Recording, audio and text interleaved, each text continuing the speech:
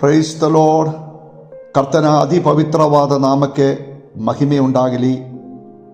Living bread ಎಂಬುದಾಗಿರುವ ಈ ವಾಕ್ಯ ಸಂದೇಶಕ್ಕೆ ನಿಮ್ಮನ್ನು ಹೃದಯದಿಂದ ಆಮಂತ್ರಣ ಮಾಡುತ್ತೇನೆ. ಪ್ರಿಯರೇ, ಯೋಹನಾನವರ ಸುವಾರ್ತೆ 14ನೇ ಅಧಿಕಾರ 27ನೇ ವಾಕ್ಯದಲ್ಲಿ ಯೇಸು ಕ್ರಿಸ್ತರು ಶಿಷ್ಯರುಗಳ ಹತ್ರ ಈ ರೀತಿಯಲ್ಲಿ ಹೇಳಿದರು, ನಾನು ನನ್ನ ಸಮಾಧಾನವನ್ನು ನಿಮಗೆ ಕೊಟ್ಟು ಹೋಗ್ತೇನೆ. ನನ್ನ ಸಮಾಧಾನವನ್ನು ನಾನು ನಿಮಗೆ ತರುತ್ತೇನೆ. ಲೋಕವು ಕೊಡುವಂತೆ ಅಲ್ಲ, ನನ್ನ ಸಮಾಧಾನವು ಲೋಕಕ್ಕೆ ತೆಗೆಯಕ್ಕೆ ಆಗುವುದಿಲ್ಲ. ಹೌದು ಪ್ರಿಯರೇ, ಯೇಸು ಕ್ರಿಸ್ತನು ಈ ಲೋಕದಲ್ಲಿ 33 ವರ್ಷಕಾಲ ಜೀವನ ಮಾಡಿ ಆತನು ಈ ಲೋಕದಿಂದ ಹೋಗುವುದಕ್ಕೆ ಮುಂಚಿತವಾಗಿ ಆತನು ಶಿಷ್ಯರುಗಳ ಹತ್ರ ಹೇಳಿದರು, ನನ್ನ ಸಮಾಧಾನವನ್ನು ನಾನು ನಿಮಗೂ ಕೊಡ್ತೀನಿ ಎಂಬುದಾಗಿ. ಯೇಸು ನಮಗೂ ಕೊಟ್ಟಿರುವ ಅಮೂಲ್ಯವಾದ ಒಂದು ವಿಷಯ ಏನೆಂದರೆ ಅದು ನೆಮ್ಮದಿ, ಸಮಾಧಾನವಾಗಿದೆ.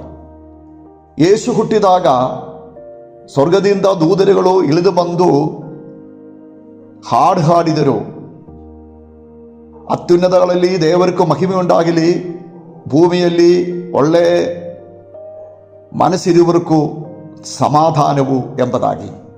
ಹೌದು, ಯೇಸು ಸಮಾಧಾನದ ಪ್ರಭು ಎಂಬುದಾಗಿ ಯೆಶಾಯ ಪ್ರವಾದನ ಗ್ರಂಥದಲ್ಲಿ ಬರೆದಿದ್ದಾರೆ.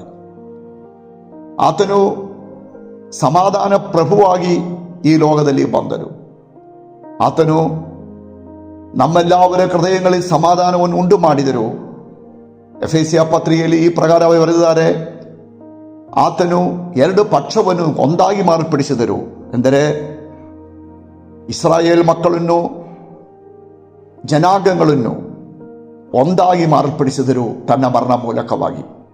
ಅದು ಮಾತ್ರವಲ್ಲ, ತಂದೆಯಾಗಿರುವ ದೇವರ ಜೊತೆಯಲ್ಲಿ ನಮಗೆ ಆತನು ಸಮಾಧಾನವನ್ನು ಉಂಟು ಮಾಡಿದರು. ಹೇಗೆ ಪಾಪದಿಂದ ದೂರಿಯಾಗಿರುವ ಮನುಷ್ಯನನ್ನು ಆತನು ತನ್ನ ರಕ್ತ ಮೂಲಕವಾಗಿ ವಿಮೋಚಿಸಿ ದೇವರ ಹತ್ರ ಹೋಗುವುದಕ್ಕಾಗಿ, ದೇವರಿಂದ ದೂರಿಯಾಗಿರೋ ನಮ್ಮನ್ನು ಒಂದು ಮಾಡೋಕ್ಕಾಗಿಯೂ ಆತನು ನಮ್ಮ ಮಧ್ಯದಲ್ಲಿ ಸಮಾಧಾನವನ್ನು ಉಂಟು ಮಾಡಿದರು. ಅದೇ ದೇವರು ಮನುಷ್ಯರುವಾಗಿ ಸಮಾಧಾನವನ್ನು ಉಂಟು ಮಾಡಿದರು.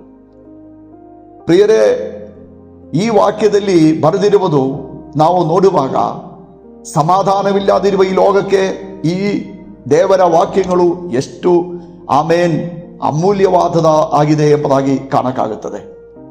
ಸಮಾಧಾನ ಉಂಟು ಮಾಡೋಕ್ಕಾಗಿ ಲೋಕವೆಲ್ಲ ಪ್ರಯತ್ನ ಮಾಡ್ತಾ ಇದೆ. ನೋಬೆಲ್ ಪ್ರೈಸ್ಗಳು ಸಮಾಧಾನಕ್ಕಾಗಿ ಕೊಡುವುದುಂಟು.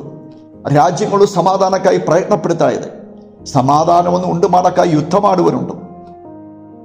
ಕುಟುಂಬಗಳಲ್ಲಿ ಸಮಾಧಾನವಿಲ್ಲ, ಡೈವೋರ್ಸು ಹೆಚ್ಚಿಗೆ ಆಗಿದೆ, ಆತ್ಮಹತ್ಯೆ ಜಾಸ್ತಿ ಆಗಿದೆ.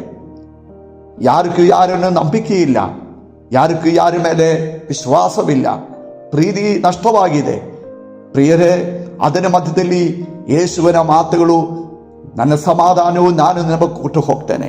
ಅದೇ ಯೇಸು ಶಿಲುಬೆಯಲ್ಲಿವರೇ ಮಾನವ ಜಾತಿ ಹತ್ರ ಯಾವುದೋ ಒಂದು ತಪ್ಪು ಹೊರಸಾದೆ ಎಲ್ಲಾವರ ಹತ್ರ ಕ್ಷಮಿಸಿಕೊಂಡು, ತಂದೆಯೇ ಇವರು ಮಾಡುವುದೇನೆಂದು ಇವ್ರಿಗೆ ಗೊತ್ತಿಲ್ಲ, ಆ ಥರ ಕ್ಷಮಿಸು ಎಂಬುದಾಗಿ ಹೇಳಿಕೊಂಡು ಆ ಶಿಲುಬೆಯ ಮರಣವರೆ ತಾಳಿರುವ ಆ ಸಮಾಧಾನವು, ಆ ಕಷ್ಟಗಳು ತಾಳಿದ ಆ ಸಮಾಧಾನವು, ಅದು ಯೇಸು ಕ್ರಿಸ್ತನು ನಮಗೂ ಕೊಟ್ಟು ಹೋಗಿದ್ದಾನೆ.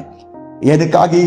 ಯಾವ ಪ್ರತಿಸಂಧಿಗಳ ಮಧ್ಯದಲ್ಲಿಯೂ, ಕಷ್ಟಗಳಲ್ಲಿಯೂ, ರೋಗದಲ್ಲಿಯೂ, ಅವಮಾನಗಳಲ್ಲಿಯೂ ನಾವು ಒಂಟಿಯಾಗುವಾಗಲೂ, ನಾವು ಸಾಲಾಭಾರಗಳಲ್ಲಿ ಸಿಕ್ಕಾಕೊಂಡು ನೆರಳಾಡುವಾಗಲೂ ನಾವು ಆತ್ಮಹತ್ಯೆ ಮಾಡುವುದಲ್ಲ, ನಾವು ಓಡೋಗುವುದಲ್ಲ.